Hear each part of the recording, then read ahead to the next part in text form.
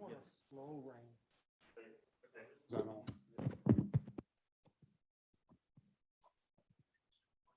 Yeah, I mean, I'm just the microphone on the Zoom.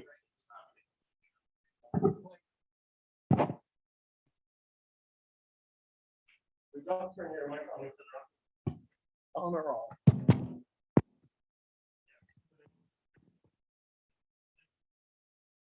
Mic check. That didn't work.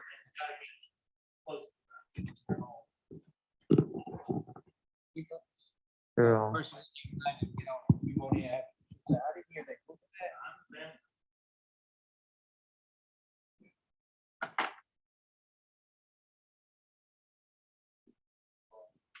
Have we got anything on Zoom tonight? Anybody?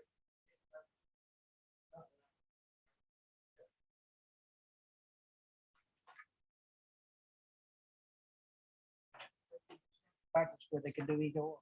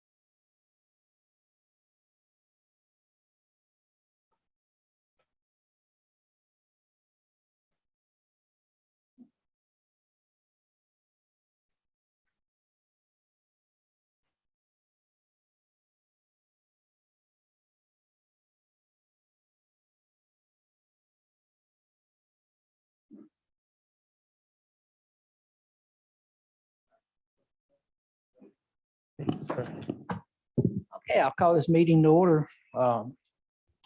Tonight is August 17th, and this is the Graham Planning Board. And I'll entertain a motion for last month's minutes. Mr. Chair,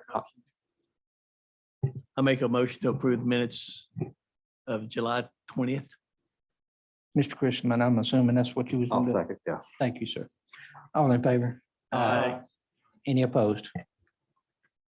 All right, Cameron, before we get started, if you would, put you on the spot, would you introduce yourself to the board here and Yes, sir, of course. Hello, everyone. I will start by saying my name is Cameron West. I am a new employee here with the city of Graham. I am in the planner position right now, which works under the planning director.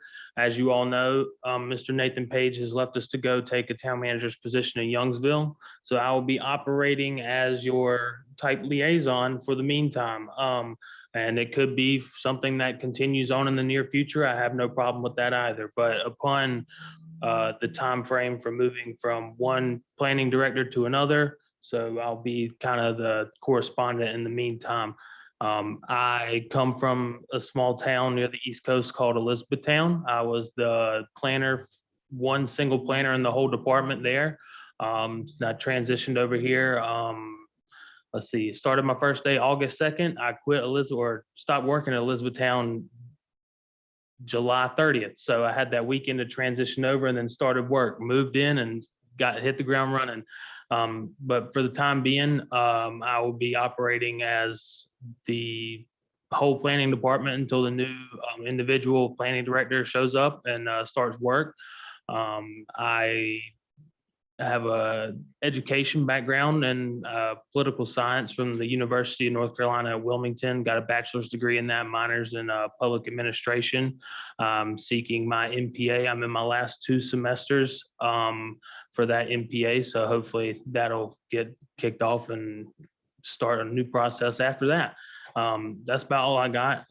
Y'all have any questions for me in the future? I don't know if I'll continue running these meetings, but I will do my best to serve that I can right now. And if I get the opportunity to do it in the future, I look forward to it. That's for sure. And I look forward to this one as well. So, thank you, Cameron. yes, sir. Any questions for Cameron before we get started? All right. Thank you. All right, Cameron, let's go with item number A. Yes, sir. So we'll be discussing some old business. Item A discusses development ordinance amendments as recommended by city council. So under subsection I, we'll be discussing the special use permits, the hearings before the Board of Adjustment in regards with Article 4, Division 7. And this is a text amendment for the special use permit. It's the type of request for these amendments, and the summary is the basis that the city council has requested that the planning board evaluate the process for special use permits with the recommendation that they be sent to the Board of Adjustment to be heard once. Under the current process, the residents of the city, they have limited input, and the city council has limited discretion for special use permits. In light of this, the current process leaves most residents feeling disconnected from the deliberations regarding the quasi judicial hearings. Other jurisdictions in North Carolina have taken steps to evaluate what uses their table of permitted uses has for these called special use permits, as well as what limitations should be placed upon them. For example, a cell tower here may require to have all the property lines as far away as the height of the tower, just in case said tower falls over, it wouldn't obstruct with any other things on other sites. And the planning board and the council has the opportunity to remove these requirements for special use permits for all uses without specific standards. Or add standards to those uses so far. So for example, one where we'd add some in would be a bed and breakfasts here in the city of Graham. They currently require a special use permit in some zones, but in others, they have no standards regards to its capacity and any of its parking, et cetera. So you can see where there's a little bit of a kind of disconnect between why are we doing one little bit and not doing the other, and having some standards on that. But below, you can see that there is some draft language that places authority to hear and approve or deny the special use permits with the Board of Adjustments. And such hearings only occur once, rather than going before the planning board and then subsequently going before the city council after kind of looking at that double jeopardy aspect and having to hear a decision made twice, or not a decision, but a hearing twice. So that is all I have for the staff report on the request for text amendment for special use permits. I'm happy to field any questions you all may have. So that's all I have. Thank you. Thank you. Yes, sir. Mr. Chen, I know you come ready, so. Well, actually, with what Cameron just provided, he answered the question, why did we go this route? Mhm. So you answered my question without me asking. Mr. Bailey I have no question. Yes, sir. and Jerome. Point of clarity I needing. Mhm. I understand the change in draft languages that I understand that clearly, that's fine. The point where we're paragraph number 2 of the summary where we evaluate the placement of things on the chart and whether it's requirements, where do we address that?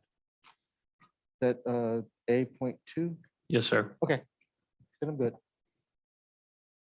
And I think what that would entail is a more brief, in-depth review of, what these table of permitted uses adhere to. And I believe staff, we already have a draft recommendation of some of these changes that we would like to see in the special use process. I don't know if that's something that you all would like to be supplied with, but I can definitely do that as well if you're not willing to kind of make a decision on that as of right now.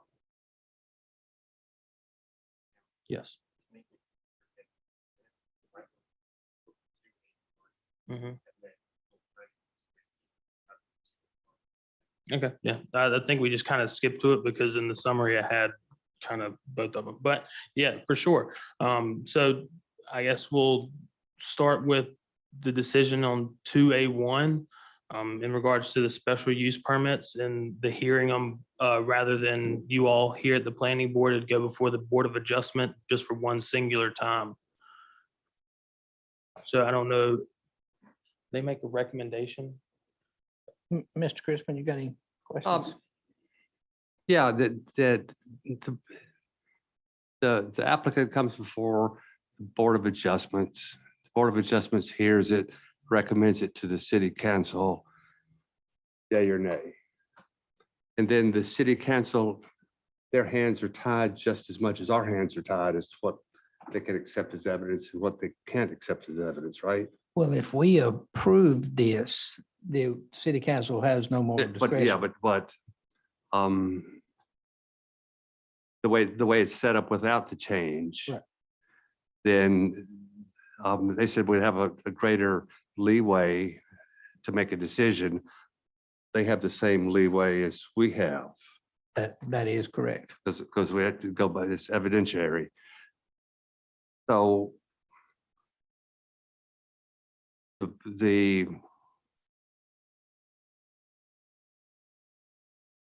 not the excuse, the language said it gives the public more response, more time or less, more involvement just to hear it once.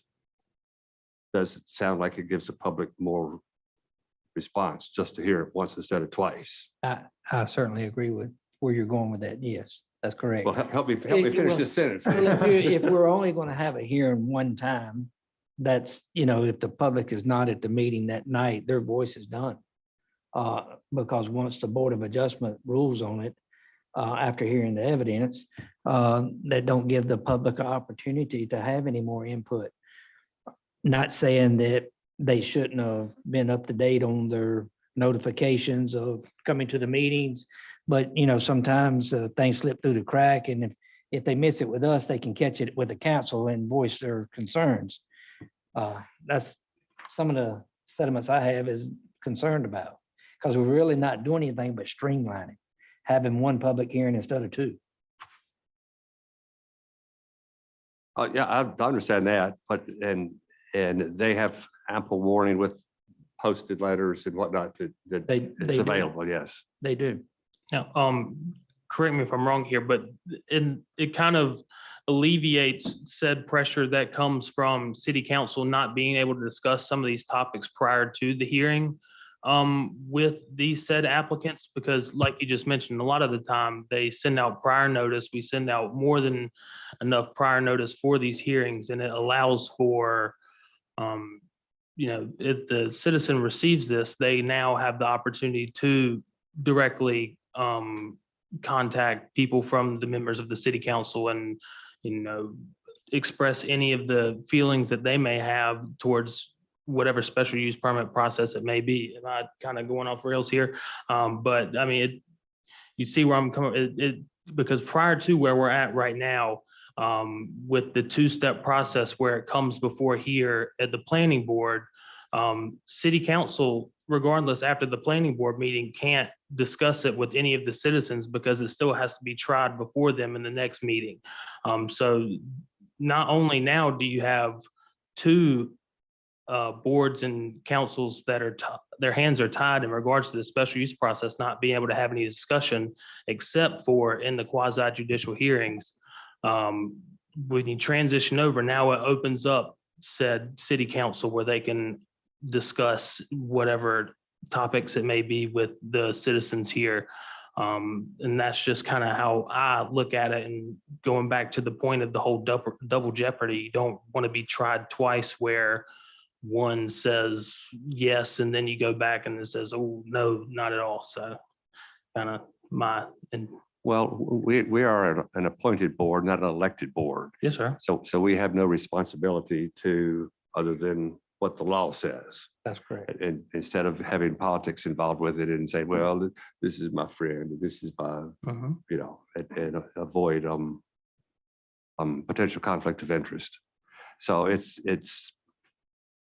behooving on us to make sure we know what's going on and how to approach this.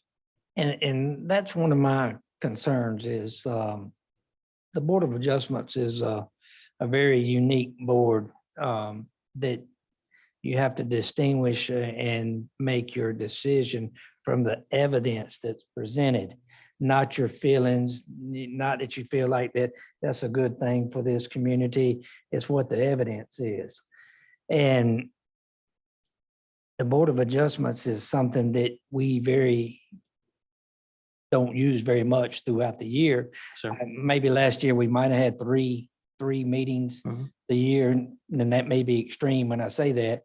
And if it's something that you don't do, in my opinion, on a normal basis, it's hard to bring everything back into play when you don't get that much training in the Board of Adjustments. Yes, sir. You know, this is a big responsibility, real big. The legal responsibility. And I certainly think that if this is something that we lean towards, I would like to see some more robust training for the Board of Adjustment and mandatory. Yes, sir. Of course.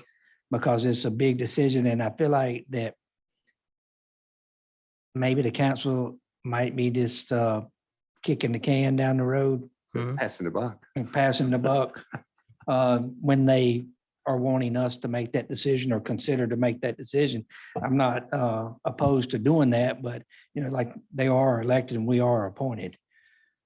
If we make a mistake as the Board of Adjustments, the next stop is Superior Court. Is that correct?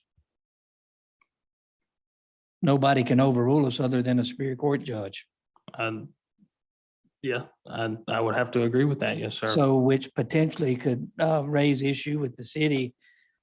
Not saying it's going to, but could raise issue of potential some type of liability litigation and city having to foot bills from inexperience Mhm. board. Yes, sir. I completely follow. Yeah. I mean, I do a lot of, as mentioned, there's been transition in a lot of our surrounding areas as well that have kind of transferred to this one single entity hearing out these public hearings for quasi judicial special use permits. And I believe the staff here prior to has conjuncted a list that has some of these. So if you're interested in that, I could also gather you that, and if you would like to take a look at it. I am interested in that. Thank you sir. for that information. And, I believe I have it pulled up right here. If you, no, wrong thing. So, like I said, these are the comparisons for any of the kind of surrounding jurisdictions around us. As you can see, when you see PB, you're looking towards the planning board, and these are all just one singular. Like I said, a lot of what came with 160D was kind of cutting out the two-step process. So you can kind of look and see a lot of these entities kind of move toward having this single board or commission or council hear out their public or their special use permits. So if you just wanted to take a look through that. and that's all well and good. But it doesn't, we're still, doesn't absolve us from the fact that we would be the last word. And without proper training, having to talk to the Superior Court judge on why we made a decision, it's not a thought that I would relish. I understand. Yes, sir. I'm sure you wouldn't want to relish that thought either. Oh, I would not like. So without training and possible legal counsel, I would I have no problem with it as long as those stipulations are met.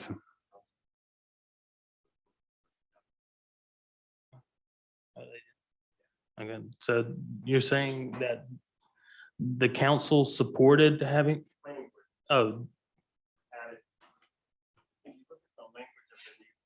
Mhm. Y'all added the word staff and council Yeah, in that, so an attorney ought to be present, statute, not statutory, but by the recognition of development ordinance, if the council adopts your language. So you wouldn't be without any, I guess, Representation. yes, sir. So Okay. there'd be one of the town attorneys here on board sitting beside me probably and kind of going through the process along with, so we wouldn't kind of be all going in dry. And I appreciate that fact, but I wouldn't want the city attorney representing us. The city attorney is representing the city, not the planning board. The planning board is, Well, the city no longer has a. And the Board of voice in it. the Board of Adjustments, I mean, is an outside entity to the city. So we would need a legal counsel, I would think, that's representing the Board of Adjustments. Because the Board of Adjustments is by itself, the city can't overrule anything we say at that point. Is that correct? And I'd like to refer to Nathan. I mean, I appreciate you coming tonight too, but is that correct what I'm saying there? Yeah, so the city's attorney would choose whether or not they wanted to attend it or not. And how they would serve. So it might be that they say, hey, some other attorney should handle this one. It might be that they say, oh, God, this one's no brainer. But that would be something the city's attorney would. But if the city's attorney represents the city and they attend and represent the Board of Adjustments also, then if something took place, the city attorneys wouldn't be able to represent the city. It's a conflict. Is that correct? The city has no longer a voice in this. They don't, but if the city's attorney is representing the Board of Adjustments, then the city's got a voice in it, the city attorney. Chair Ward, you're right that there could be circumstances where that occurs. What I'm telling you is the city attorney knows the law better than you and I do. And if one of those circumstances were to come up, they should make that recommendation. But if there was something that came before the Board of Adjustment that didn't need that, for whatever reason, I don't know what it would be, but for whatever reason, the city attorney may be the person that represents. It would be up to them, knowing the law, to determine whether there would be that issue. All right, anything down this way, Mr. Jim?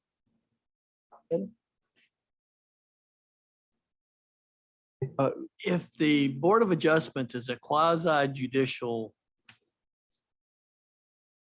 organization or function, then the applicant would be expected to provide facts versus theory or, what's the word? Opinion. They must provide evidence, solid evidence that could be considered facts versus a desire.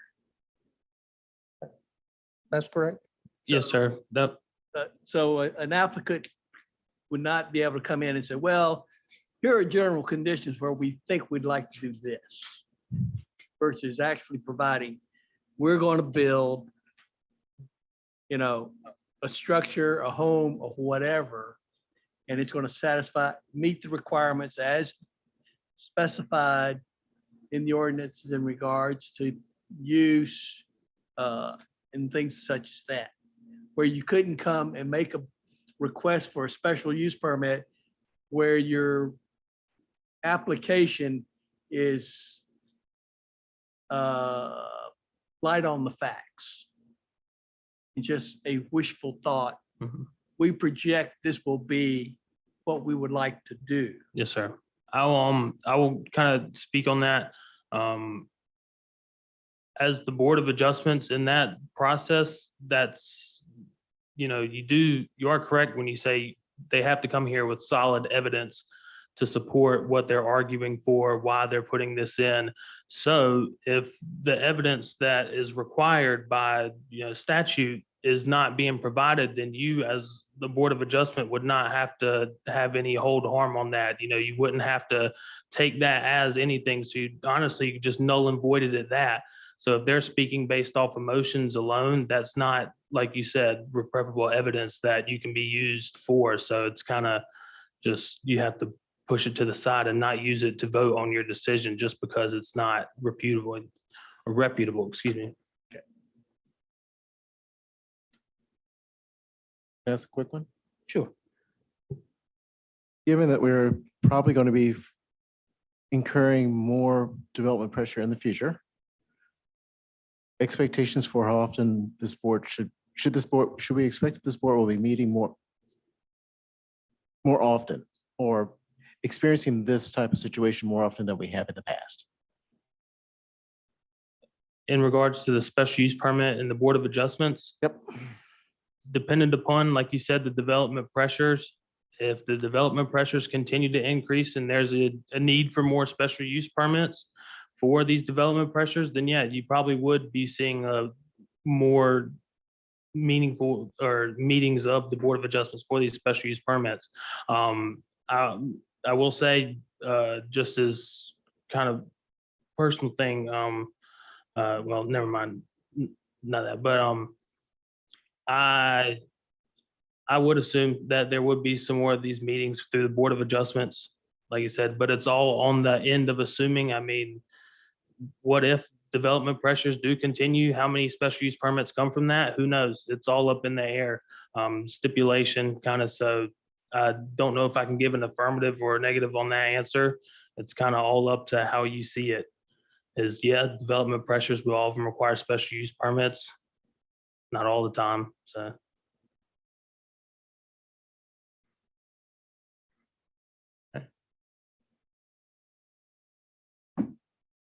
But the Board of Adjustments would be required, if there's an S under the column Mhm. that says special use permit, Correct, yes, sir. which implies the Board of Adjustments would have to meet to approve that special use. Just as you do now with any of the special use permits that come through, they come before the planning board and then go to the city council. And then goes To the board. to the Board of Adjustments. What we're now saying is the new process would be special use permit, then you bring it right before the Board of Adjustments. Correct, yes, sir. The final say would be Board right of here, Adjustments. Board of Adjustments. I thought you were referring to the amount of meeting time in regards to the table of permitted uses with the S and stuff. Well, the mere fact that if somebody wants to do something in a zoned area that requires a special use permit, that automatically implies Board of Adjustments, you better be ready to meet Yes, sir.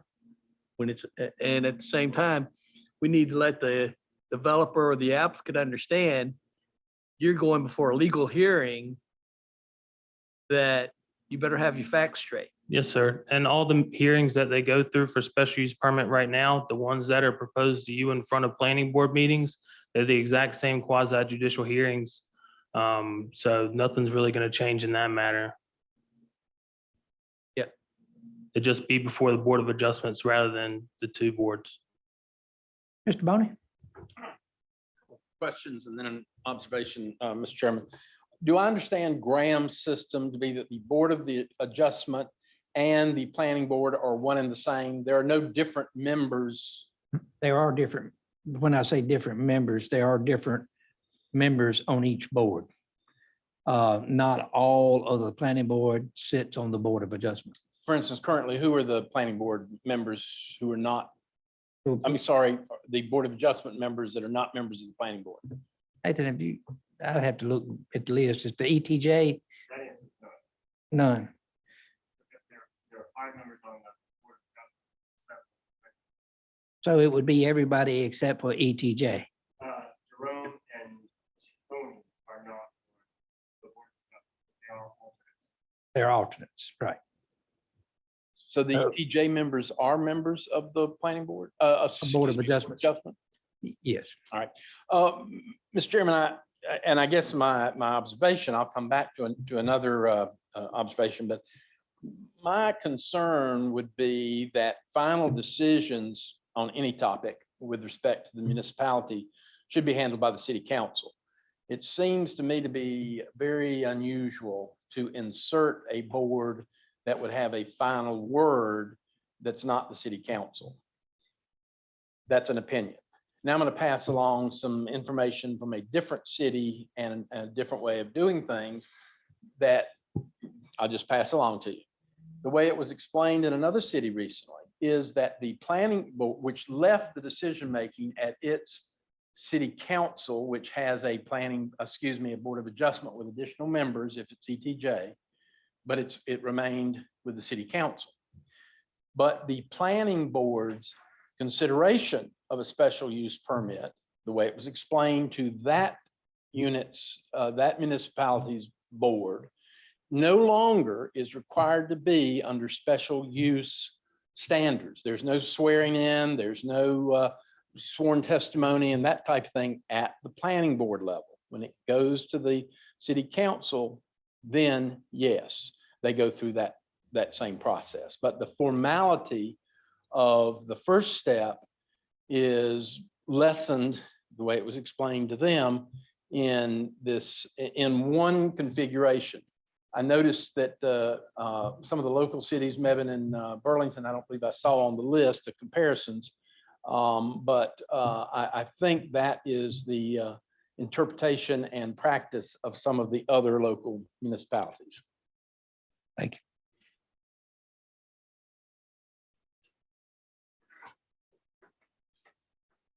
Any other discussion on number one here, A1?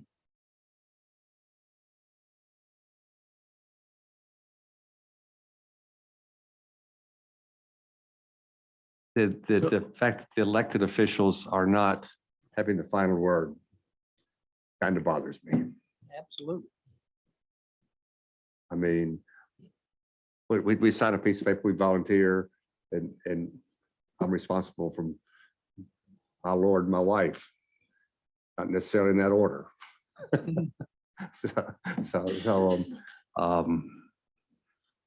I'll speak on that.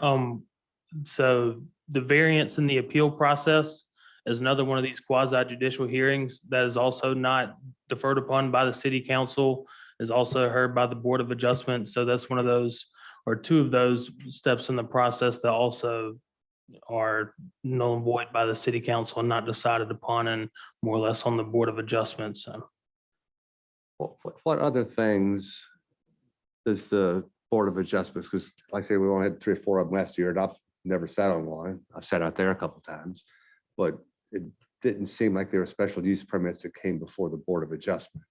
not yet, no, sir. If that's what this discussion is about, currently, the two-step process is through the planning board and then the city council. And this is to just, Right. And this is just for special use permit, correct, not regular Board of Adjustment stuff. Is that correct? What is the regular Board of Adjustment stuff? the variance and appeals. Variance and appeals. Yes, sir. One that I can remember, well, it's been several years ago, but the Rogers Road and Main Street, the service station, gas house, Yeah, the drink machines sitting there, too close to the road and something else. And they brought that before the Board of Adjustments, seeking a variance to allow those to stay. That was one thing I remember that we heard, and then, There was the guardrail on Woody Drive. Yep. Because it was in the floodplain, NCDOT was like, move it to after the white road, but the North Side Flood Map essentially required them to map it as vertical floodways before it's by the building. So that's what the variance, when there was an appeal of an interpretation that ran inside the height of the baseball. right. But they're relatively rare when they occur, but they are all the special use permits for all the quasi judicial things except for the special use permit. Okay, so just adding this extra workload, extra extra requirement. step. right. Yeah, One more item. okay, one more, that would be much more commonplace than the regular Board of Adjustments meeting. Okay, thank you. It still leaves us with the final word. Right, still leaves us with the final word. And any other planning decision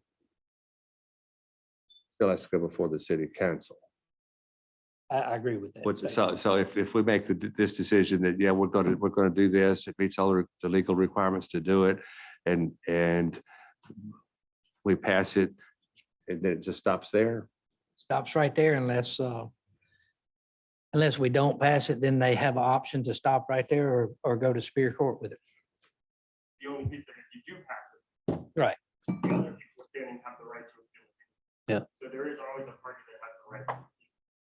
Yeah, but it cuts city council out of the whole. Takes them out of the whole thing. It takes them out of. And why are we doing that? Well, that's something the council wanted us to do. I mean, Put that they- on us. I don't know if it's so much, I think it's for the process. I was at the Because we're council, appointed. I was at the council meeting, and Okay. I think it's the process of having 2 public hearings.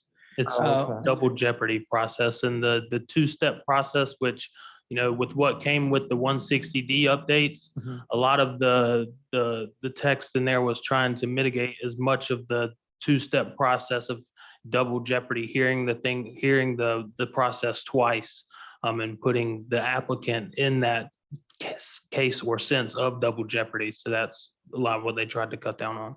So for the special use permit, Yes, sir. what we're proposing then is an applicant would come before the Board of Adjustments for a ruling. Mhm. Why have we left the city council out as being the final authority? Say, yeah, we'll approve what you're saying, because they are the elected officials, not us. Oh. There's a couple things there. One, I like using the term public hearing, and if you say kind of public hearing, it is not. Why's that? It's a Quasi judicial Quasi. hearing. public trials. Public Right. trial. There's two of those that go on, and it does cut one of the trials out, but that's where the double jeopardy term comes from. Rather than having two trials, you'll just have one. Which it would be in front of the Board of Adjustments. Under this amendment, yes. Right. The other question that you asked, statutorily, the Board of Adjustment, although appointed by the city council, is only appealable to Superior Court. Nothing goes before the Board of Adjustment and then goes before city council. The Historic Resource Commission is the same way. If the Historic Resource Commission approves or denies a certificate of appropriateness, the relief that the city council has is, let's say, somebody applies to put in a slaughterhouse downtown. And folks don't like it because it smells bad, whatever. The Board of Adjustment gave approval to it. The city council's relief is they can change the rules. But your responsibility under this amendment as the Board of Adjustment would have been to make sure that they met all the requirements, they put all the details in, they said how they were going to alleviate all of the externalities, all the things that are in the standard for the special use permit. So if they dotted the i's, crossed the t's before the Board of Adjustments in accordance with all the requirements in the ordinances, then this new change would say, okay, you're good to go. And so you don't need to get city council approval. Yeah, and it comes into that word we all love to hear is shall. So it's like if it meets all these requirements, it shall or shall not. If it does not meet one of the requirements, then it shall not. So it has to check all the boxes. So in that aspect, you know, you kind of covered where there is a, you know, statutory checklist of things that have to come through these special use quasi judicial hearings. And that's kind of, you know, shall be approved or denied. Okay, So on the one hand, it does make sense if they satisfy all the legal requirements. It says, yep, we did everything as asked of us. checklist. Well, it's not just even what's asked of you, but even when it comes to the planning and zoning of it as well, the district they're in, does it allow for Yep. this? Do they meet the setbacks of what building they're going to put in there and all the landscaping and everything else that goes into it as well? So you also have that you have to check off on and continue That's what I marking about. mean. Yes, sir. They've satisfied Mhm. all the different requirements as laid out in regards to, you know, planning of maps, whatever. They've satisfied all the requirements leading up to, I'm going to build something. Yes, sir. So if they've satisfied all those requirements, then we're saying there's no reason then for them to have to go through that again in front of the city council. Comes back to that word shall, you know, if they meet all the requirements, they shall be approved. And when they shall be approved, then why do you put them before a second trial in front of city council? I run into the small, I found myself going back to the wording that we had originally, which said that we were wanting the public to have more of a commentary on the matter, be able to have public comment. And they were complaining that there was an issue of people not having public comment. I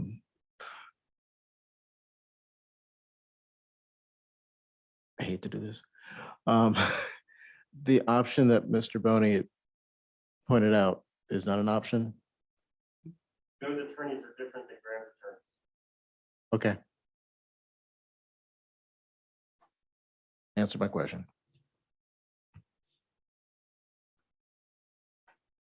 Mr. And- Bias, if you have it, the point may be valid. My recommendation would be, if that's something that the planning board hinges their decision on, then you ought to appoint somebody to come to the city council's meeting and ask that question directly.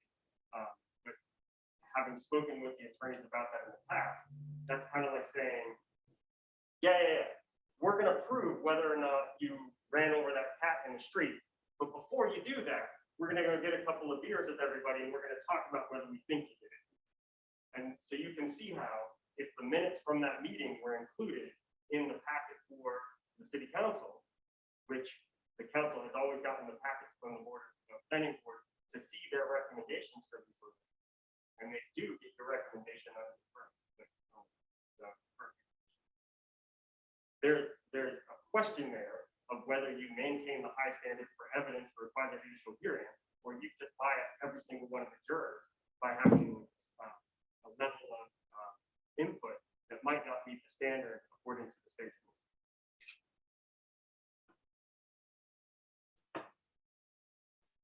May I? Absolutely.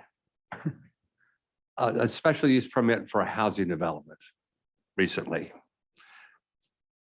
Then we approved a special permit to build a housing development. And then we approved the construction of the housing, a two-step, amendment 1, amendment 2, or whatever.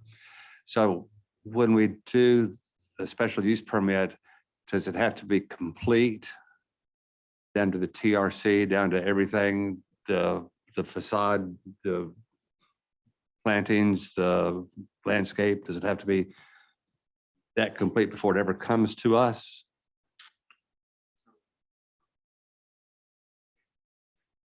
No, you're fine. I was gonna, The Oakmont example, I think, is a good example. Yeah. That was the special use permit was for townhomes.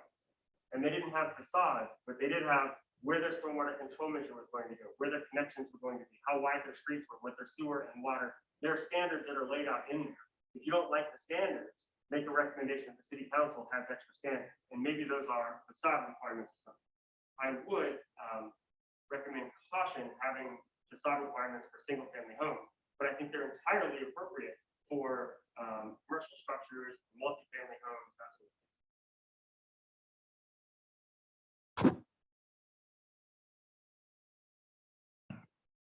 I guess the short answer is whatever you want to be in the application, you can make a recommendation with that. But the Oakmont one, I think, is a good example of what a special use permit ought to look like. And that's the level of detail that a developer who invests their time in a special use permit ought to have. Yeah, because they came in with the I's dotted and T's crossed and well, they proved everything they were supposed to prove. They did what they should have done. Right. But as far as what the finished product was going to look like, we didn't know. Is that correct? Yeah, what the cladding of the exterior buildings they are, we don't know whether they're gonna have a garden back and 2.5. We don't know. That wasn't required of them at the time, right? And you guys can set your standard however you want to set your standard. I don't know if I want to get that involved with it. Mr. Chairman, I'm not sure you can get that involved. If I'm not mistaken, the state law says you may not, neither the city council nor the planning board may specify architectural details, which I think are defined to include design, painting, colors, and some things like that. Thanks. Is my Now- understanding, Yeah. As it's been explained at other meetings. But now, if you're going back talking to special use permit, it can be conditions. Could be imposed and it can be asked. It could be a condition, just like thinking of South Graham down here on behind the bank. There were some condos that were already pre-existing, went through a couple builders, someone else come before us. And the homeowners was wanting to know whether it was going to be similar materials and design. And we could have made that a condition, and I think we did make it a condition. As far as the special use, is that correct? It might be helpful to say that not to go too far down this road. the council, the planning board or the council board of adjustment, nobody can put any conditions on what Jim's single-family house looks like. If they come through and they want to do a conditional rezoning, they can put conditions on it. If they want to do a special use permit, they can. Put conditions. But I would have some questions for someone in the legal department to ask too. I would like to ask some questions. Are there any questions you can think of that you want me to jot down at the moment and kind of reach out to somebody for? Either that, or I'll just call Bob this coming week. I'd like to, I mean, this is gonna be a lengthy discussion. I do think about this number one. I'm just taking a consensus of the board. Do we think we can come to a conclusion on number one tonight? Or do you think we need more time? I think we need a little bit more time. I would love to see have the lawyer come here and have a conversation with him. Like a round table? Well, Something so all of us Mr. could- Christman? yeah, I think we've got different ideas of what a special use permit is. We've got different ideas of what a Board of Adjustments responsibilities and duties are. And now it's getting added more stuff to the responsibilities of the Board of Adjustments. I mean, it's all down here in black and white. And I read all these words, but okay, explain these words to me, you know? Do you think it would be better to potentially ask for the city attorney to come before us? Or do you think it would be better that we submit our questions in writing by a certain time limit to give him an opportunity to answer before the next meeting, if we was to carry that specific part over? Would you want to see him in person or internet questions? I think the more the discussion goes on, like what Mr. Boney just said, the more the discussion goes on, the more questions will arise. I do too. I'd like to see him in person personally. But I want to be prepared that night that he comes and we get all of our questions answered. Because I'm sure it would be, Is there training, YouTube video we could watch? Is there reading? Is there something available? Well, excuse me, the 24th of August we're going through the quasi judicial training, aren't we? So that's one step in the training, next Tuesday, next week from now, that you'll have some training in regards to, the quasi judicial hearing process. And that's one of the things that we've offered, and then the legislative one in September. So, that's kind of the first step into getting a basis of these quasi judicial hearings. If that is something that you see would benefit making a decision in the future, then that's definitely a route you can take.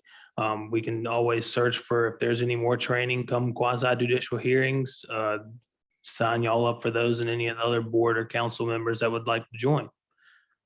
Will the quasi judicial training that we take next Tuesday, that's offered to us next Tuesday, will that give us more clarity on what a special use, the special use permit that we're doing, and the limitations and the breadth of control that we have or don't have? Because I'm hearing us needing clarity of exactly what are our limitations and what is within our range, and going to make sure it's like, where do we get that training at? Well, Does that make sense? a little bit, because I mean, special use permit goes through the quasi judicial hearing, and the quasi judicial hearing has to have all the components of that applies to the special use permit to kind of go through the hearing process. You kind of see where I'm coming from in that aspect. So it lay out the steps in the process that goes through the quasi judicial hearings, and it's virtual, so we'll be able to ask questions and discuss anything we would like. And if we wanted to get specific with anybody from the School of Government, I'll defer over. If you huff and puff, I don't. I haven't heard about. Heard of them? No, no. Yeah. So I I think, was like, I think Cameron's entirely right, that it talks about the process. And the process for a rezoning is really, you know, I don't like what this is doing in my town. It feels different. I don't like it. That's it. I'm moving against it, right? The special use permit is intended for uses that by their very nature, according to the state statute, by their very nature have to exist, but that have externalities that the council and the Board of Adjustment, the planning board ought to consider. So the go-to examples that I use are cell towers. Nobody wants a cell tower in their backyard. Everybody wants a cell tower in their next door neighbor's backyard so that your phone works. Figuratively speaking, not personally.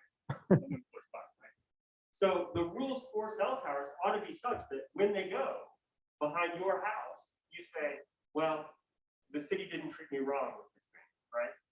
And the other one that I use is a wastewater treatment plant. We all know we've got to have one.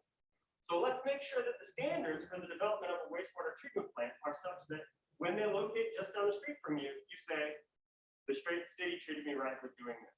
Now, we can't say, you need 500 square miles for one of these suckers because, you know, that's not legal. Everything has to have a place that's approved within our jurisdiction. But you can say, we want to make sure that if somebody builds ABC, that it needs an extra tree buffer, extra setbacks, extra distance from any residential properties, and those sorts of things. But that's kind of the 2A2 again, where you're setting the standards for what requires a special use permit.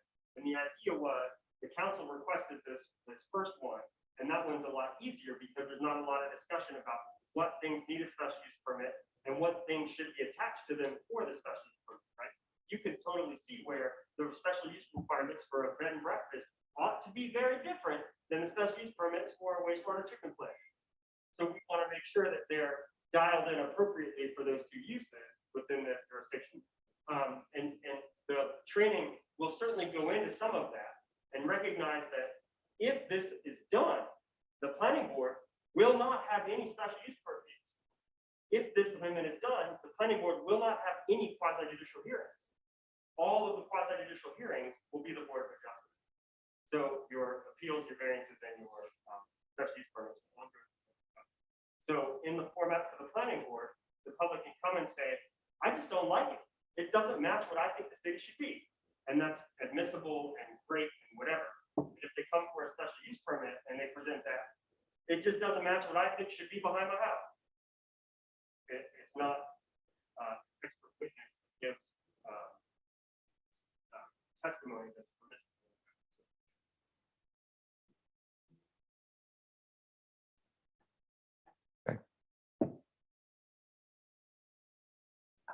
So we still want to carry that one over?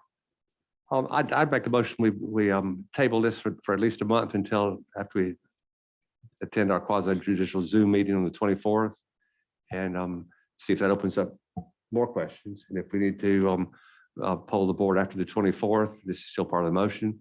After the 24th, if we want to poll the board and have another call meeting to discuss more of this, that'd be fine with me. Looking for a second. I'll second it. I'll second. Mr. Bailey seconded. All right, Need some all more in favor? Aye. Any opposed?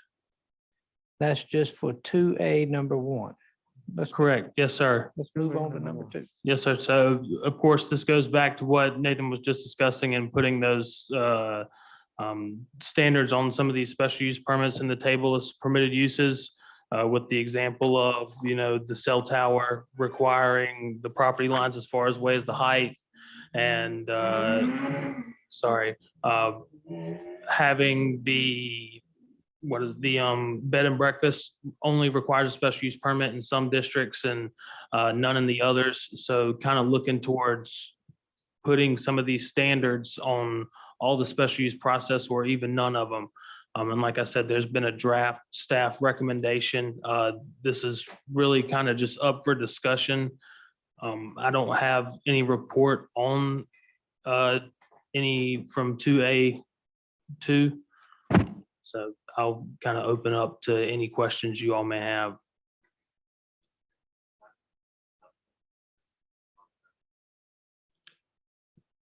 this is not publicly noticed, so you can talk about it as long as you want. That's what I was told. All right. The table of permitted uses is pretty extensive in the number of S's that are down there. Mhm. And looking through, I'm sure there's, well, I never thought about an XYZ thing. And, but everything else is pretty comprehensive. And until such XYZ appears, we'll never know. Exactly. I mean, you know what, maybe someone must have a Bitcoin mining operation or something.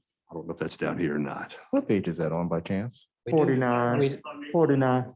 we do Do have I? one. There's one right there and it is used by right. We do have one in Graham. Really? Yes, The old Antilles- Maple Street, Finds Bitcoins. right before you get to the interstate on the left.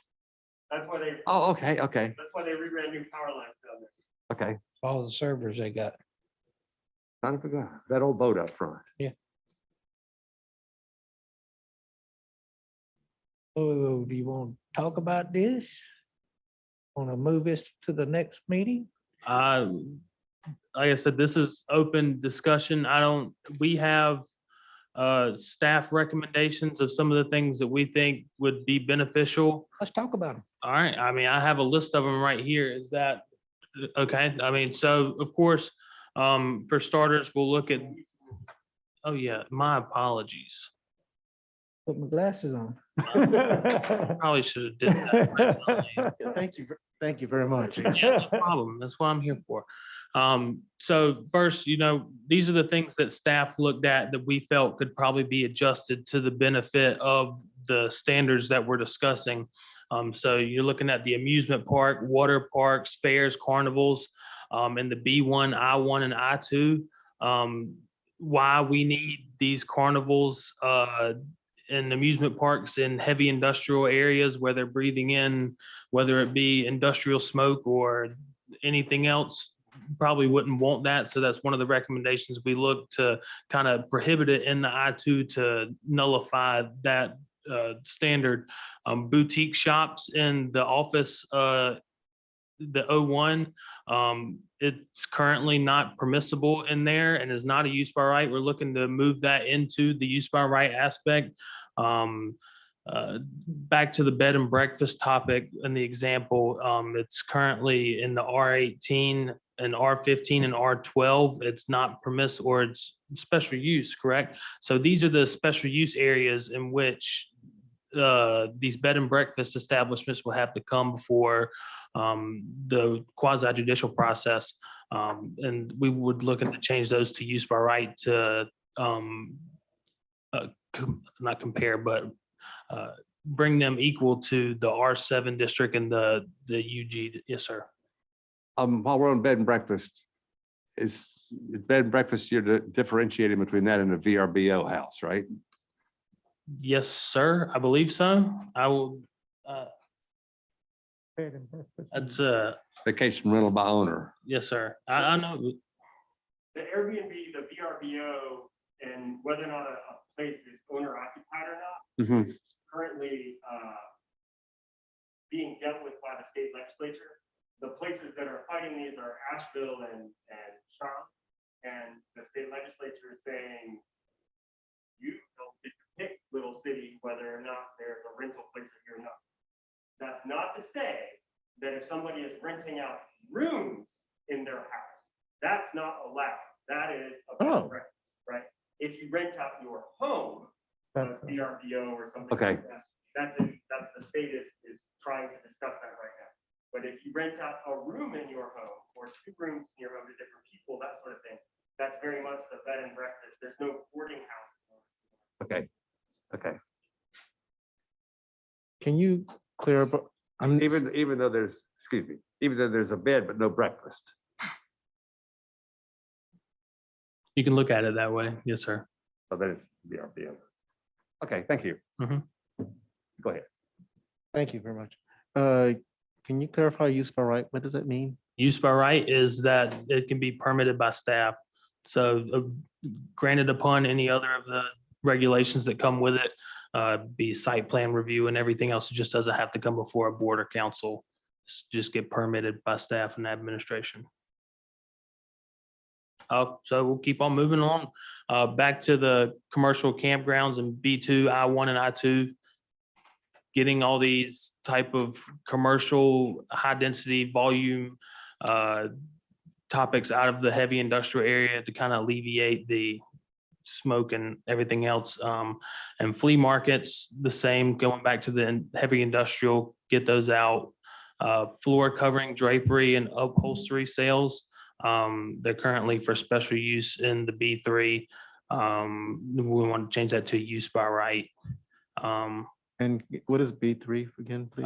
That is it's one of the business, the neighborhood business, excuse me. Okay. So you got your CBD and your general business, and then the neighborhood B3, of course. Okay. And of course, moving forward down, garden center, retail nursery, RMF, RG, special use, change of use by right. I mean, I can keep going through the list if you all would like me to, or if you kind of get my general consensus of where this is going. What's the purpose of jails? What I was fixing to ask myself.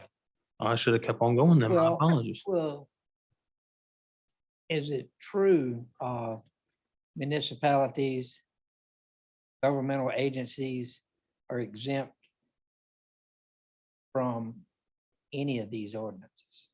I remember the sign ordinance that we're talking about down here on 54, and they wanted to make it bigger than our sign ordinance.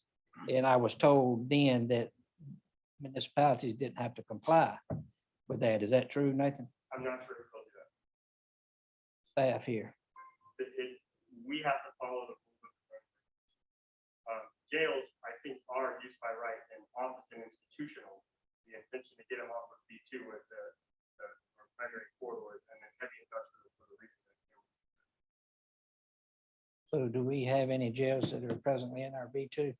No, it's in our own. The one on South Main Street, the annex, they call it, Former prison camp, the former prison camp, On South Main Street? off of South. just right off of South Main. Yeah. Prison Camp Road.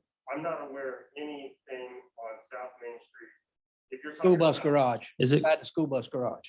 So you can look behind Mr. Bailey's chair there.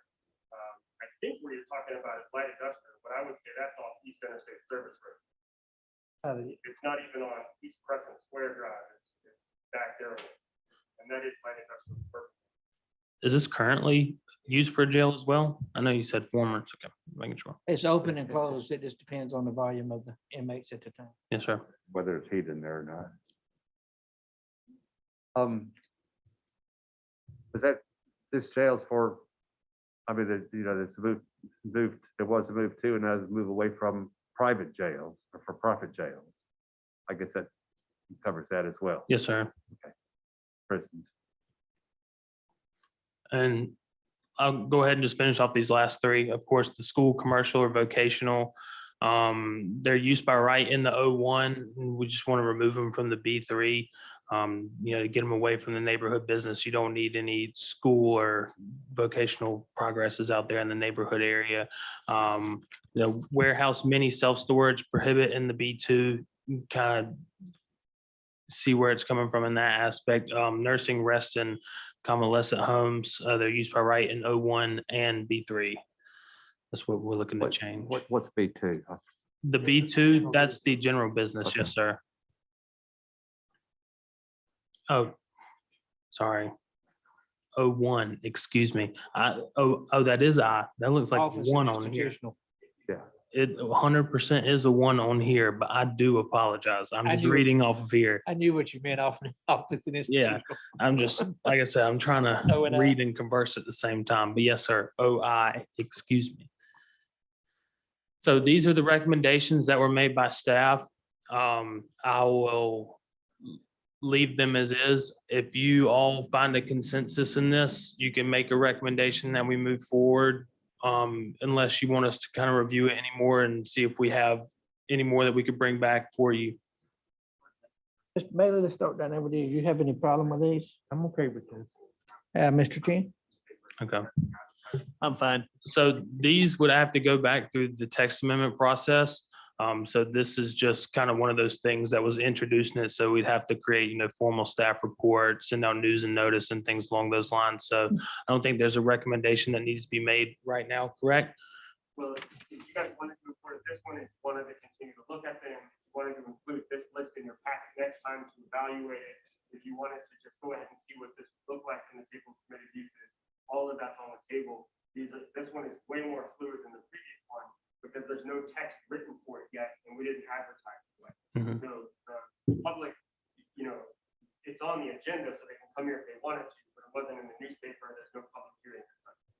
I think when I hear Mr. Chrisman and Jerome's opinion about this, if they are satisfied with it, I think you guys could proceed forward with the text amendments on these, and not saying that we might not have some more at the next meeting, but at least we could hammer some of them off each I time. said, they might have some more for the next meeting. Right. Yeah. Okay. That's fine. I can do that for sure. I would recommend to each and every one of you to look at your use of table permitted uses there and see if there's anything that you would like to bring up at the next meeting and add. Yeah, for sure. And in the meantime, I'm sorry. Mr. ahead. Boney? You good? No, you go ahead. Mr. Chairman, I'm just wondering if there are specific issues that have arisen in the past with regard to any of these 10 or 12 items that have brought them here. Like I said, Are these just hypothetical, or are these based on actual requests? I'm not aware of any of the times that I think.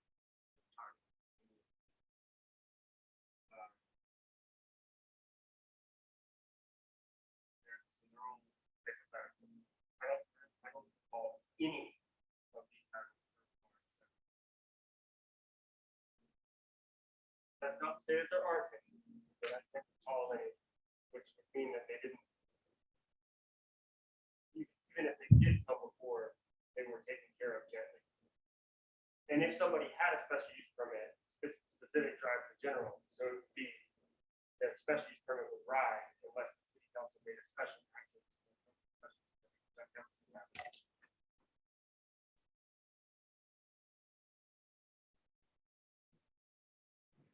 Anything further, Mr. Boney?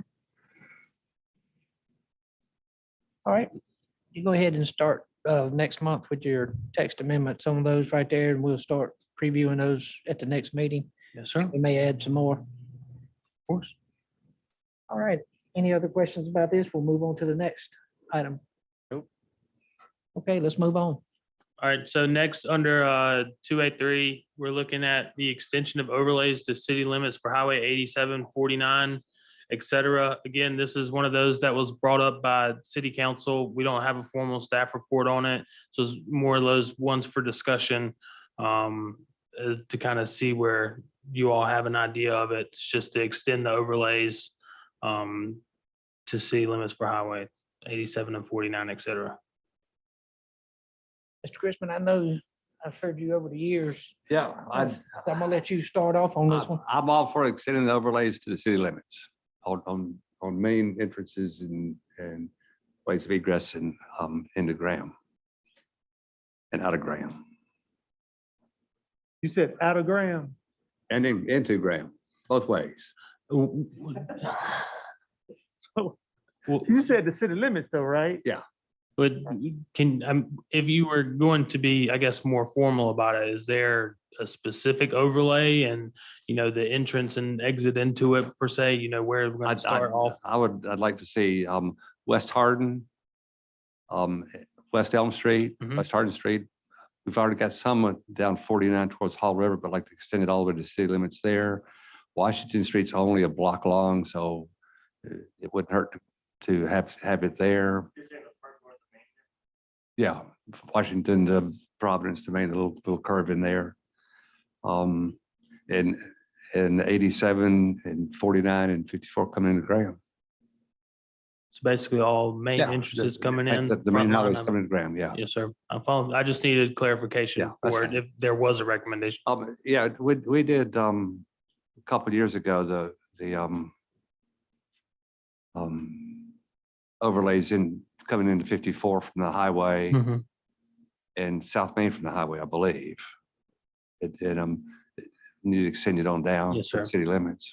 And I will reiterate again that this is not the phase 4, the recommendation. Oh, We have to sure. go through another one of the text amendment processes, and we have to create a formal staff report and notify everyone in the Lots and lots of surrounding, people, yeah. lots and lots of people. So that's why, when I'm asking these questions for, specifics, is we have to kind of mail these things out to these people to be specific in exactly what we're doing with this text amendment. And I don't know whether it'd be easier to do it all at one time, or okay, we're going to start counterclockwise and run from here to here to here to here, do it that way, or whether it all at once, or Yes, sir. I don't know, would be the most beneficial way to do that.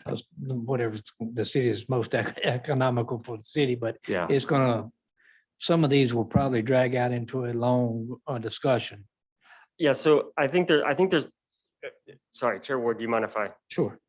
There's a couple things here that make this one a lot bigger than just a line on the agenda, right? So the first one is, I wouldn't recommend that you apply the same standards to West Hardin Street as is on East Hardin Street. There are a few businesses on East Hardin Street that, for example, are close to the public right of way. There's a lot of them on West Hardin Street, right? So you might want to use an overlay to clean up the front yard setback for so many of those properties out on West Hardin Street. That's just one consideration. You may want to do something with signage that was slightly more relaxed on West Hardin Street. That's up to you, right? So this one, really, there's a lot of discussion here. I wouldn't recommend that you just say, well, we just want to extend the same overlay out each one of these entrances. And to Mr. Chrisman's point about that single block of Washington Street, it also has a different feel. So, it might be beneficial to look at each one of these portions individually and say, does this one make sense for this overlay? Does this one make sense for this overlay? Does this one make sense for this overlay? And I just off the cuff, the Highway 49 one would probably look pretty good if you just drop the 54 overlay on top of Highway 49, East Elm Street going out towards Haw River. But again, you'd really need to look at these. And the other piece that I think Mr. Chrisman just alluded to, this is a rezoning. An overlay is a rezoning of a property. And so you would require a paper mailing to each one of the properties and their adjacent properties. So if you say, just for example, we're going to paper mail everybody out East Elm Street, you're also paper mailing the properties that are adjacent to both sides of East Elm Street. So you're probably going to paper mail 300 or 400 or 500 people for each one of these, depending on what, it wouldn't be 500 for North Washington Street, but it's going to be a lot. So I would recommend that you guys have a strong idea of what you would like the overlay to look like before that process starts to happen. Not to exclude the public from it. The public should be incorporated, but you don't want them to come in and say, I don't want you to tell me what color my steps are. And there's nothing in the overlay that talks about the color of the steps. You just want to have, look, we're interested in doing this for this reason, and have just a clear ask when you put that before the public. So there's not a lot of misinformation. If I got a letter saying that they were interested in putting my house in an overlay district to rezone it, I might come in and say, well, why are you putting apartments on my house, right? Why is my house being rezoned for apartments or whatever? And so I would recommend that you be very aware that when this happens, there are going to be general members of the public that don't understand what an overlay is versus a rezoning, because the letter is going to say that their home's getting rezoned. And so the more buttoned up, the tighter that is, the clearer that is when they come, would I think be beneficial for the planning board. So for this one in particular, I think more than any of the others, well, I guess 2A4 is also overlays. Just be careful prematurely sending out notice to the public, just because I think that it would be nice to say, Mr. Public, here's what being proposed by the planning board, rather than a general, well, the 54 corridor. Thank you. So I do agree with what Yeah. Nathan's saying there, is that I think we need to work on that and have some kind of general idea of what we're expecting and looking for before the notifications are sent out. And we can continue to talk about this just in a general open discussion each month that it's on.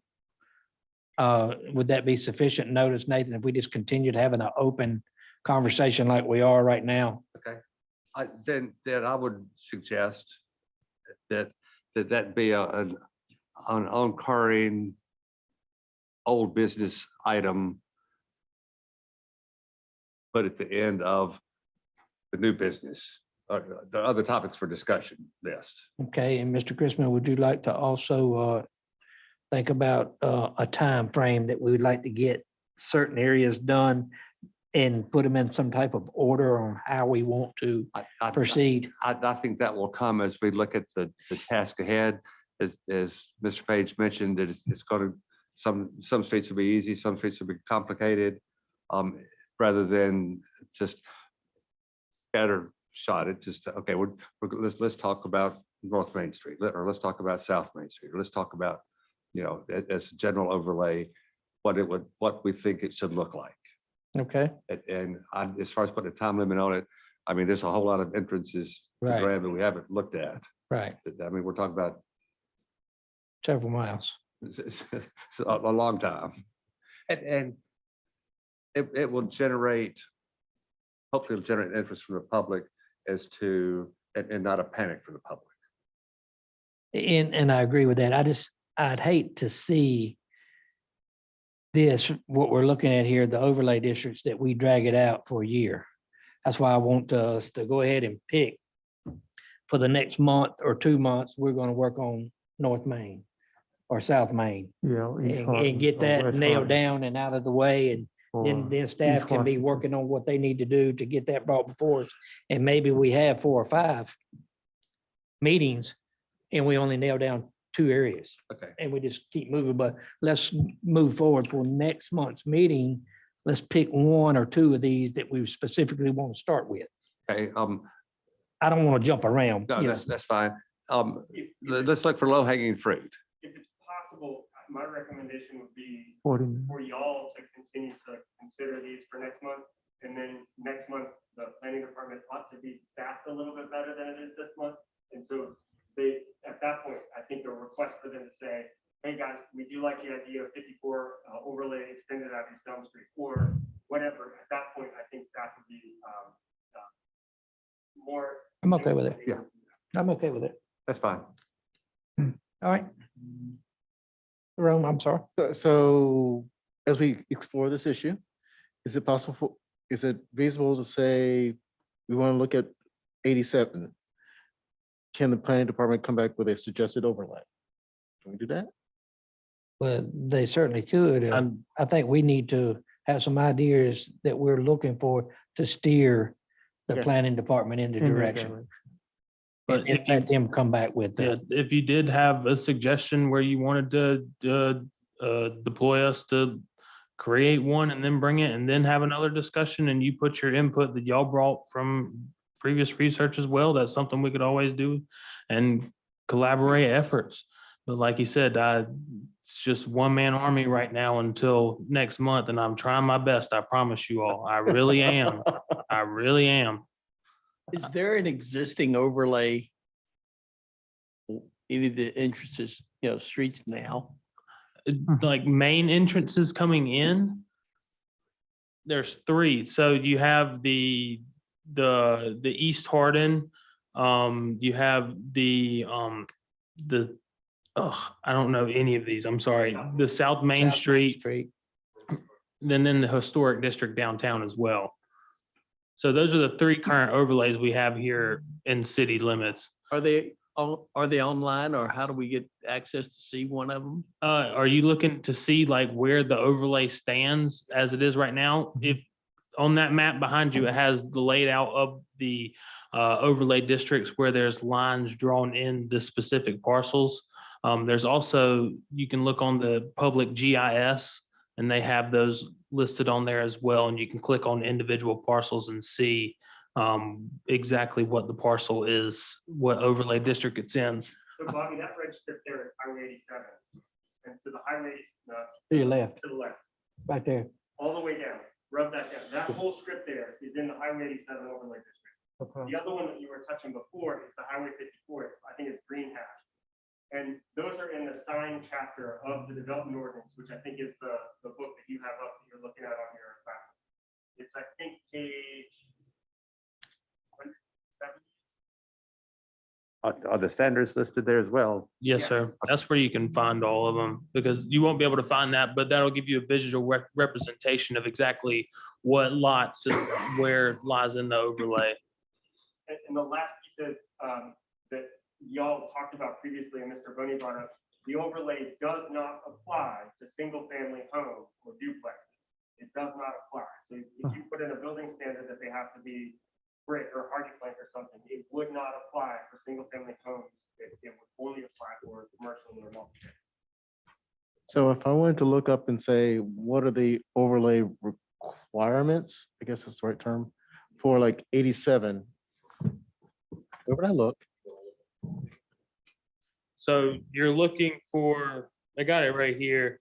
I mean, if you want to, I can give you the overlay district we have in, it's in Article XI. It's talking about the highway corridor overlay districts.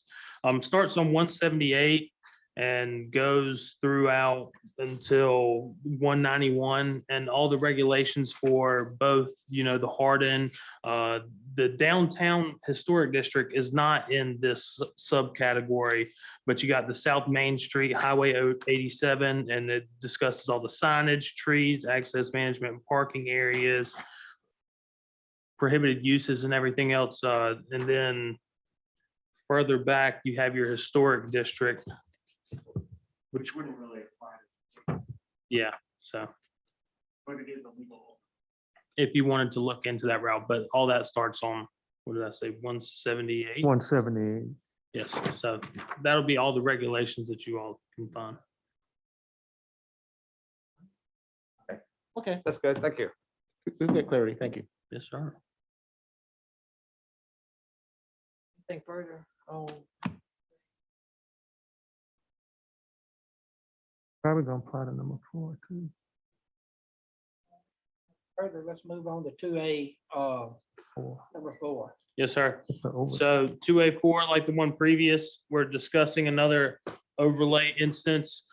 This one is for the Interstate 40 and 85 to remove, well, this one is to establish a new overlay for Interstate 40, 85 that removes warehousing and solar panels from parcels visible from the interstate.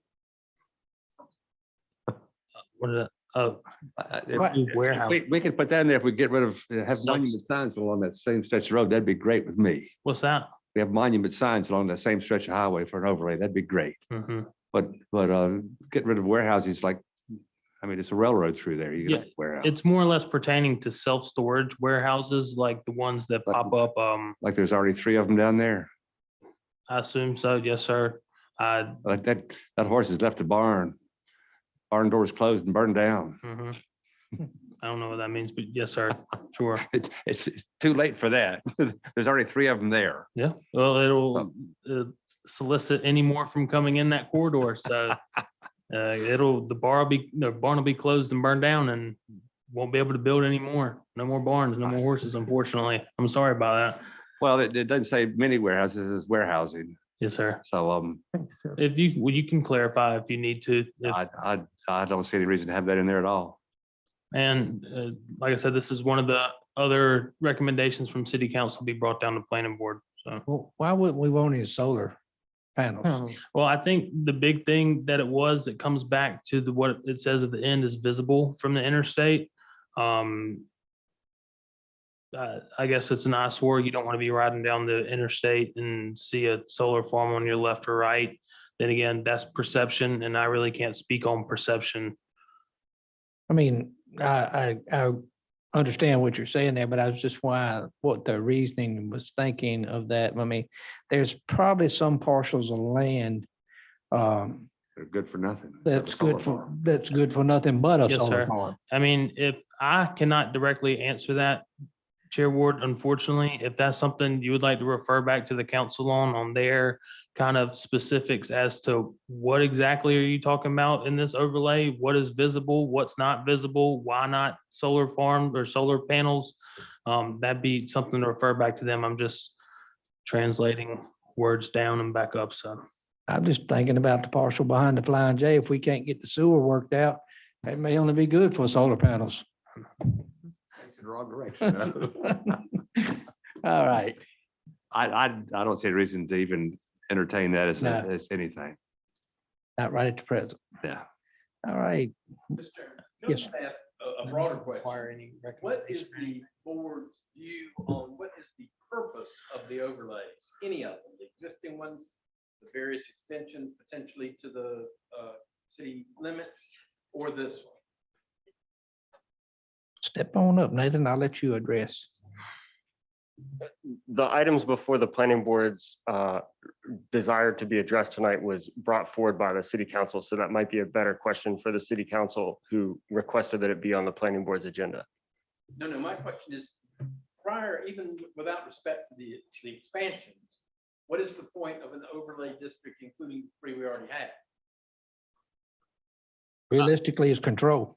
That's what it sounds like. to I me. wouldn't, There's intent language in the ordinance, might be beneficial to read the intent for the overlay. I think a lot of it pertains to, Image. yeah, I don't want to say anything just yet. Right. uh, Apply additional development standards to regulate building design, construction, site layout, landscaping, signage, and traffic patterns. There's a subsection that says intent. Okay, yeah, the state of North Carolina general statutes permit municipalities to establish zoning overlay districts. Within the zoning overlay district, additional requirements may be imposed over the underlying general use and special use zoning districts. The city of Graham recognizes zoning overlay districts offer the opportunity to develop growth management regulations that will guide development towards accomplishing the community goals of maintaining Graham's delightful atmosphere, improving the community's quality of life, safety, welfare, well-being, and aesthetic character. So in short, preservation is what I can see from this is. And I think Huffman Mill Road came up in that discussion way back when. From the interstate into Burlington. Does that satisfy? I mean, I hear you, and I guess my underlying question is sort of literally to what end?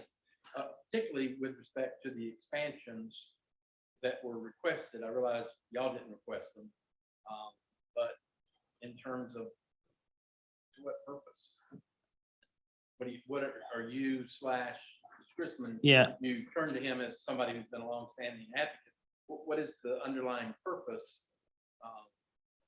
in expanding? Do you want to expand on that, Mr. Christmas? Sure. I would like to maintain the character of Graham and not have the entrances into town become unsightly with unregulated growth, unregulated development. With high signs and a general lack of coordination. All right, and in all of these, any existing structures or buildings or categories would be exempt. Is that correct? As long as they're conforming use at the present. And if they ever closed or anything like that, they would have to come into the new. Is that correct, That's correct. Nathan? There's a whole chapter on this. It's called nonconformities. And there's a nonconforming use, a nonconforming lot, a nonconforming building, and nonconforming site elements. Right. The short answer is, if it was legally conforming at the time that it was constructed, it's okay.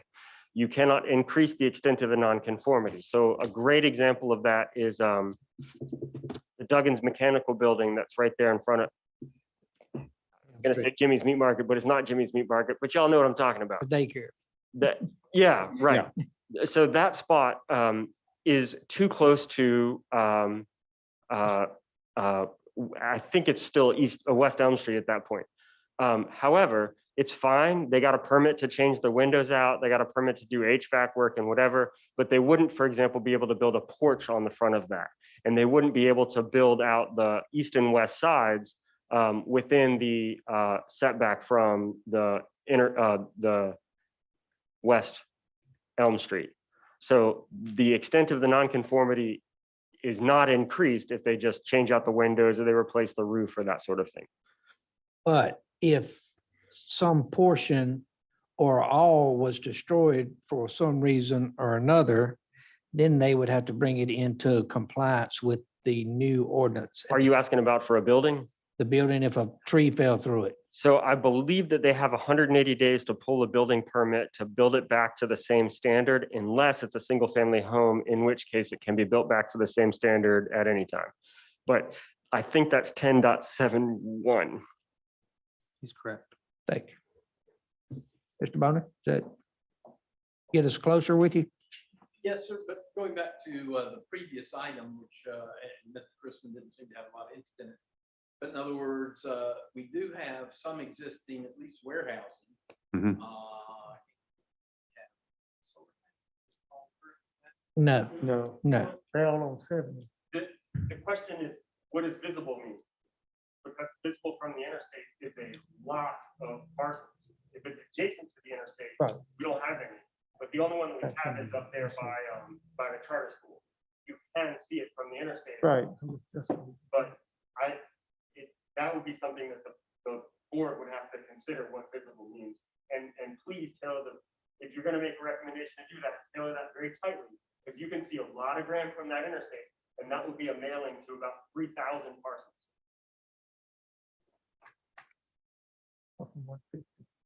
That's the only solar panel that I'm aware of in the whole jurisdiction. Right, off of 150.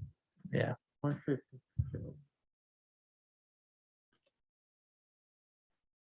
I'm not a big fan of overlays, never have been, but I'm not opposed to being open-minded Yes, and sir. reviewing. Of course, and if that's what you as the board would like to do is continue to review this, maybe get clarification from council as to the visible aspect and, what it is that they want to remove. I mean, it says warehousing. Okay, what type of warehousing are we talking about? I know it said self-storage, but upon, their recommendation, this is what it states. So it might be beneficial to Mr. Chrisman, I'd like to know if you would like to go before the next month's council meeting and get some clarification to any of these or all and represent the board at the council meeting about the warehousing, the solar panels, or any other portion of number 2, 3, or 4. And we ain't got to 5 yet, but it's probably I'll gonna go have on since you, They sent it to us to look at. With what instructions? to look at it. this is the instructions. This is what they provided as recommendation. And this is all that the planning department could kind of base our knowledge upon without having to spend upwards of 80 hours in 2 weeks of just dissecting exactly what they mean by number 3 or 4. And just for information, it was a very short discussion, a suggestion by one council member that was agreed to by others of, those. So that it was not an extensive conversation on any of these topics. Y'all had far, far more already than they did. It's just the purpose of the planning. Yeah, that's true. Yes, Which is, yeah. Right.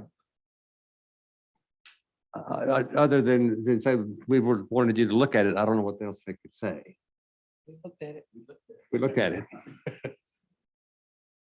I certainly, we can talk about it again at length some more and ask some more questions amongst ourselves.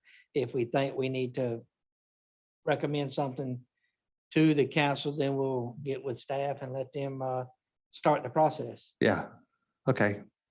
But we've had a good lengthy discussion about it tonight and Don't see any reason to recommend anything. not at the present time. We may need to work on some things, but I don't know about any recommendations at this point.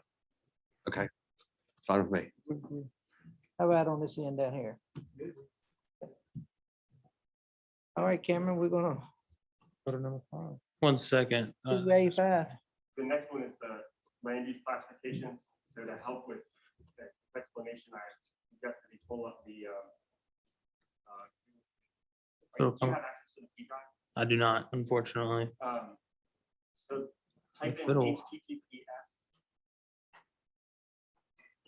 try this again. This It one. won't work. If you- Either search for city of Graham, city space of space Graham. It's the. It's an. No, it's Internet Explorer thing. That's why I use Google Chrome, well, guys. It does the same thing on. And then- I do. I surely do. And if it'll load, Yeah, the menu's not. We're kind of on the end of the wire. Lord have mercy. I don't know. Speed's not too fast. Huh. Yeah, I'm not able to get this menu to get pulled up, so I don't know what the issue may be. Let's Might be, but search, Google search city of Graham development ordinance. also probably could have done that.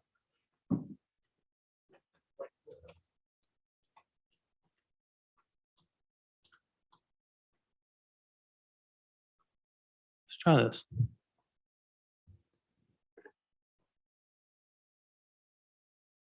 So going back to where we were. Yeah, so for 2A5, we're discussing the re-evaluation of the land use classifications for all properties for landscaping purposes. And what these land use classifications are these numbers here that you can see on, well, it's gonna go Wait, through Can everything. we but, zoom in on that a little bit? I will do my best to without cutting anything There off, you go. but let's go on back so you can see. But these three, you see these threes on here on the right-hand side, Mhm. that is considered what the land use classification is. And what a lot of that tailors to is the planting yard of said business. There's matrices that go along with it that I can scroll down to and kind of give you a better understanding of as well. But all the numbers have different meanings when it comes to the matrix. As you can see, there's 3, there's 4 for different types of, a lot of our general business per se sticks in the 3 area: office space, accessory uses, things along the lines, banquet halls, billiards, bingos, games. So if I can get down to the matrix, do you all kind of Yeah. have a good overview of what the classification is? Show us what the 3 entails. Yeah, so here, the difference between a number 1 land use classification and a number 5, you have a group home. It falls under the 1 category, and hazardous waste facility that falls under the level 5. So looking at that, you would think that the planning yard for a level 5 would need to be way more extensive than would it be for a group home falling in the level 1 land use classification. And that's what this matrix kind of entails.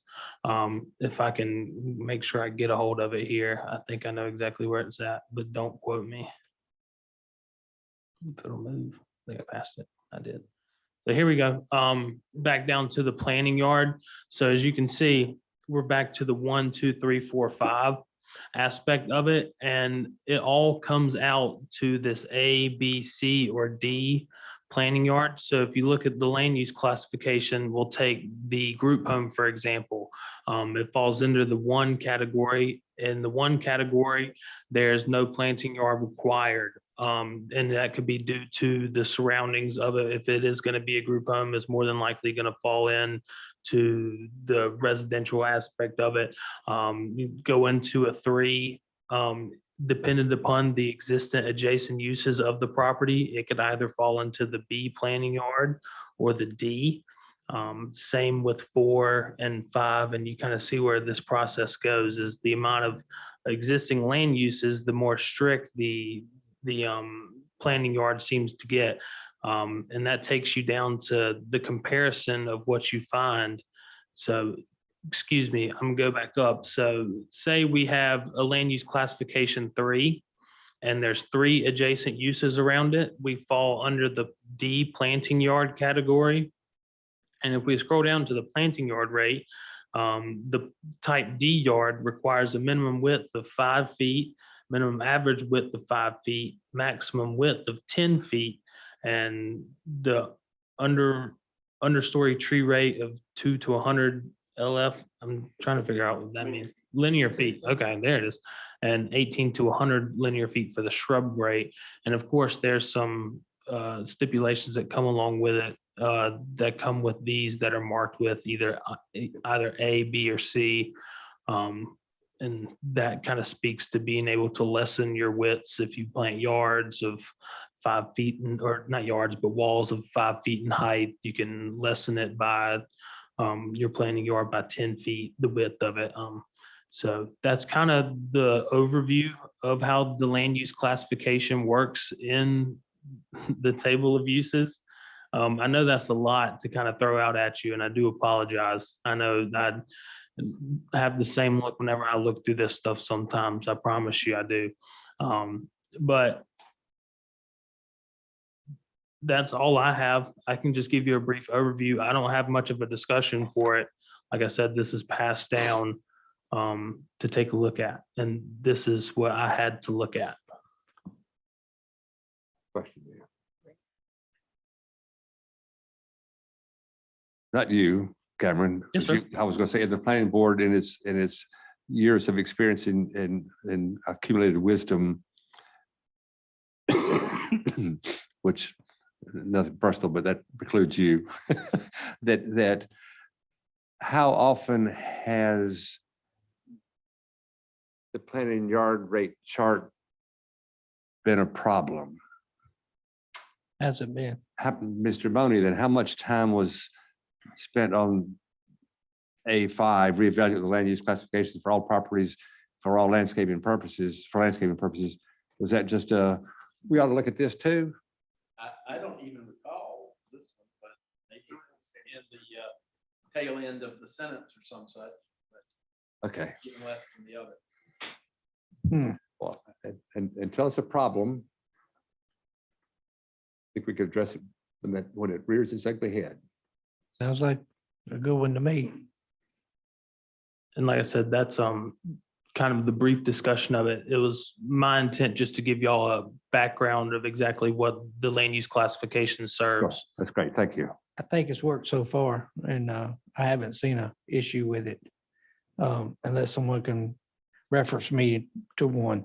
I haven't seen an issue with it. Yeah, I think if you were the person next to something that you would want more landscaping. But the libertarian argument would be, if you want to own the trees next to your house, then you own the trees next to your house. So those are the two extremes. The invisible hand of the market will say that if Sheets locates next to you, it's going to locate next to a house and know what it needs to do to locate next to a house.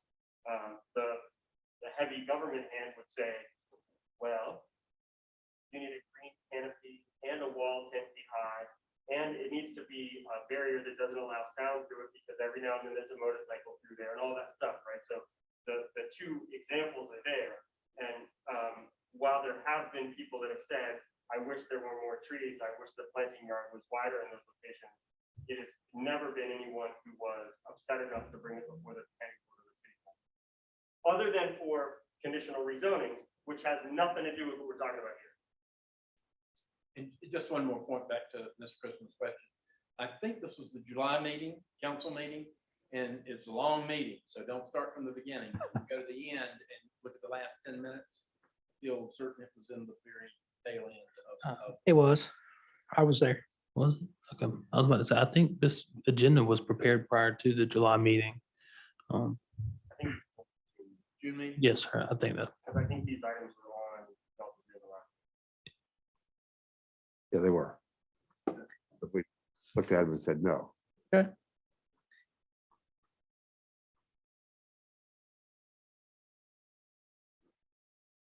Can you, okay with what we're doing? Yep. All right. Mr. Bailey? Fine with it. Mr. Boney, I don't have time for that.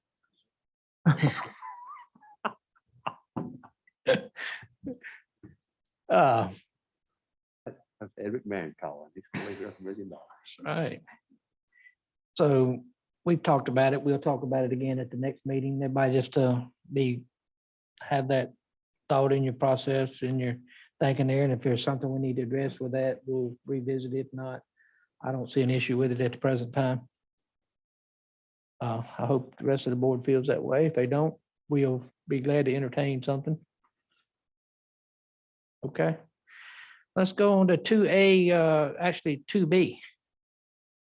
And this is a discussion of the subdivision ordinances in the City of Graham Development Ordinance.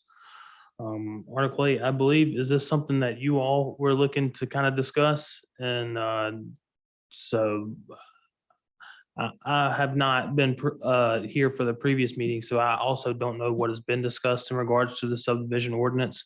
Was this something that was previously passed down by council, or was this something you all Us, we recommended? did. Yes, sir. It was Okay, Mr. Chin, I'm gonna bring it back to his attention and let Mr. Chin run with it. fair enough. I think it was a question of why we as a planning board would not be involved in a major subdivision, but only minor subdivisions. Yeah, please. If I recall correctly, the response was, the planning board doesn't need to know what a 2x4 looks like. They need to know that the building inspector is taking care of a 2x4. So if you don't like the subdivision standards, change the standards so that they're appropriate for the city of Graham.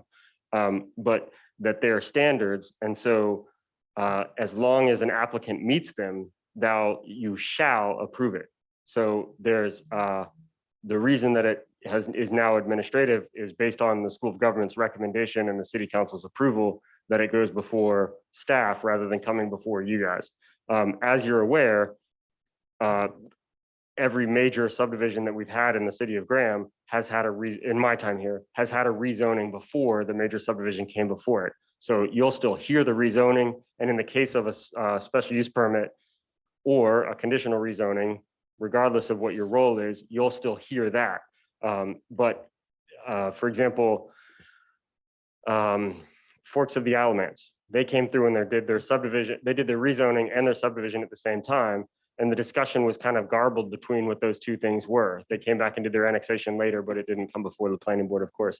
But that was true for Forks of the Alamance, for Roger Springs, Council Creek, Valor Ridge, Huntington Hills. They all do their rezonings first. And it's the purview of the planning board is to make a recommendation as to the zoning, not to make a recommendation as to whether the subdivision is appropriate or not. You can say whether the subdivision design is appropriate or not, but the planning board shouldn't be involved as much in saying, oh, well, the crown of your road is 3% in this location, and due to the proximity of the curve ahead, it really needs to be 2.5. That's something that's handled by the standards and specifications. Well, my concern was how we would be involved in a minor subdivision, but not in a major subdivision. You're not involved in a minor subdivision. I read it, the planning board, we'd be involved in that. The minor subdivision is 4 or less lots, and I sign off on those with a plat all the time. Well. If you'd like to pull it up, Cameron, it is the first very bit of the subdivision regulations. At the top has a hot link, so you can go all the way to the top. I mean, yeah, I'm just gonna pull it up. The exemptions, It's not exemption, it's under that one. Subdivisions, comma minor. I think there's like 4 or 6 lines. Yeah. the classes of subdivision,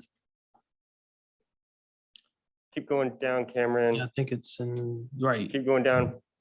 That's it, right there. Yeah. That's the 2 lines right there. Review and approval. The applicant shall submit 2 copies and 1 paper copy of the final plat along with a digital copy. A fee fixed by the city council, any applicable recording fees. The planner shall review and find that the proposed minor subdivision either does or does not meet the requirements of this ordinance, the city's code of ordinances and state law. If approved, the planner shall cause the final plat to be recorded and shall file 1 reproducible copy with the file of the city. that's for four houses or less, Right there. No, sir. 4 or less lots, 4 or less lots, that's right. not necessarily homes. Okay, Typically, yes, but not always.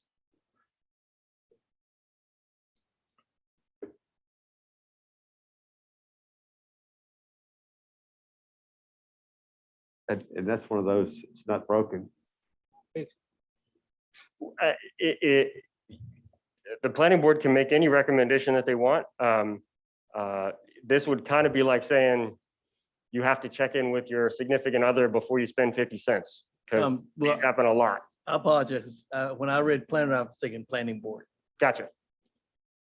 No worries. Do you have anything else for us, Mr. Chin? No. Okay, just making sure. Any other discussion in regards to the subdivision ordinance?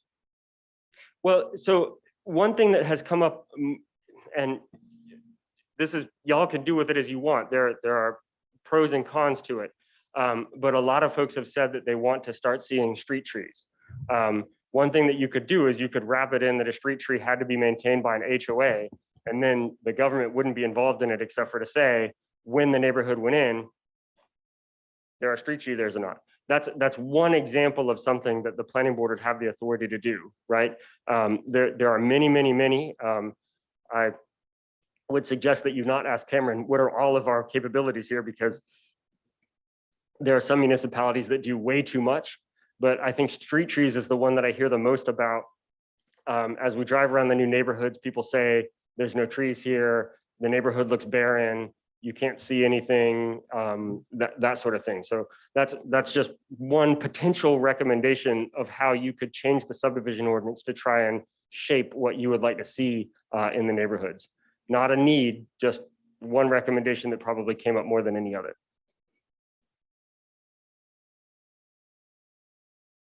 Thank you. Having said that, in order to get that change in the language of the subdivisions and site plans, I'd like to make a motion that we include street trees, however that could be worded into new subdivisions. So I think that would be great, but if you want to do a consensus of the board for staff to go back and write Draft. language about street trees, Right. just because you're not making a recommendation to the Sure. council, you're, Yeah, just like, I'd like to see that language in a proposed language for Mr. Christmas language is in spoken there. The consensus of this board is y'all agree with Mr. Christmas, I do. Mr. Bailey? Want to see, you want the street trees in that language, right? that, But- for example, my son lives in a housing development that's in 3 stages. He lives in the newest stage. And you drive in the housing development and there are trees that are 10 years old in every yard. Then you go to the next stage and there are trees that are 5 years old in every yard. Then you get in his yard, they're all 6-foot tall trees, 2-inch caliber trees. And so every house has a tree in the yard. And there are a variety of different trees. And as you progress through the age of the neighborhood, it becomes more and more attractive as you get to the older trees. And a tree increases the value of the house. Till it falls Well, on the house. depending on- No, I know what he's saying Yeah. because they put, and what about the type of tree? Because I know down in the condos down there, they put crepe myrtles in front of everybody. They did every other house, Yeah. but they had to be crepe myrtles there. Not like an oak, but the I- HOA, I guess, specified that it had to be crepe myrtle. So if there was a special use permit or conditional zoning, then y'all could say they shall be dogwoods or whatever, right? But Tim Covington is the property maintenance for the city of Graham, and he knows more about trees than the rest of us combined. And particularly trees in this area, because he grew up here working on trees and stuff. So there is a approved tree list that he has. It's not in the regulations because there are sometimes changes, like the trident maples have gotten some sort of black fungus thing. And so he took that one off and added some other tree on that he found out about. And that way it's a tree species approved for that location by the property maintenance superintendent, because y'all may know Oldfields had a planting strip that was 3 foot wide and they planted willow oaks in there. If you know what a willow oak is, Oh, 3 foot wide planting strip was sufficient for an acorn, not a tree. And so each one of those has subsequently been taken out. That may be a place that would be more appropriate for like red buds or dogwoods or crepe myrtles for a planting strip like that.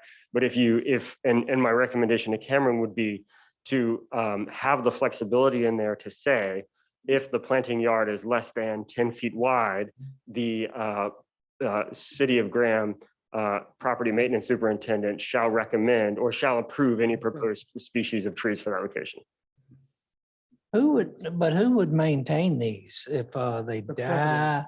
If there's not a homeowners association? So my recommendation was the HOA, and most of the neighborhoods that are being built now have HOAs for the purposes of their stormwater, their central box units and those sorts of things. So it's not like in our day when, you had an HOA while the neighborhood is being developed and it disappeared.